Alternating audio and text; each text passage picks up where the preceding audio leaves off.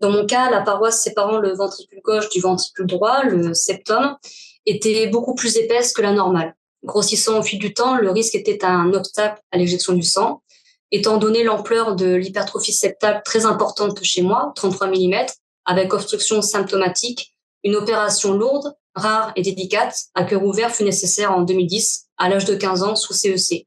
CEC, ça veut dire circulation extracorporelle, la myectomie septale.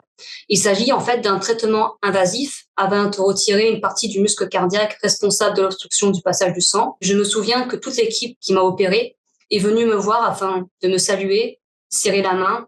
Je n'oublierai jamais, jamais ce moment. Ce geste d'humanité, merci à eux. Mon opération s'est bien déroulée malgré une très grosse hémorragie. Cela a nécessité plusieurs poches de sang et j'ai cependant été perturbé 8 jours après par une endocardite sévère sur son déboîtier, pacemaker défibrillateur, infecté par une bactérie qui se nomme thiocyanique.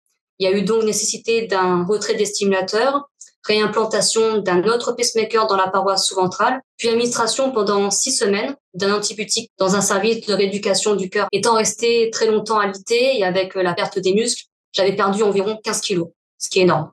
Récemment sont apparus à l'effort des troubles au niveau du rythme cardiaque, tachycardie ventriculaire non soutenue, me procurant parfois des malaises lipothymiques, malaise sans perte de connaissance, mais avec essoufflement, palpitations, pâleur, amollissement des jambes, sueur et des syncopes, perte de connaissance soudaine et temporaire. Cette situation m'a poussé forcément à accepter les conseils de mes cardiologues et la pose à nouveau d'un défibrillateur le 2 avril 2021 parce que je suis encore à risque de mort subite. Ainsi, ce que je peux dire, c'est que préserver sa santé, aider cet organe essentiel à la vie que je nomme être la lampe du corps, est évident et primordial.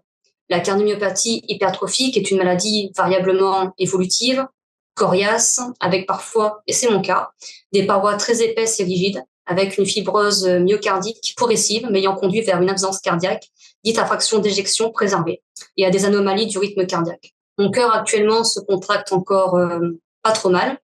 Dans mon cas, c'est surtout que le cœur n'arrive pas à se remplir correctement de sang, dû aux parois de plus en plus épaisses et de plus en plus rigides, et en faveur d'une évolution restrictive. J'en ai parlé avec forcément un de mes cardiologues qui gère le centre de greffe cardiaque, et pendant ce temps, je continue d'adopter l'acronyme EPON.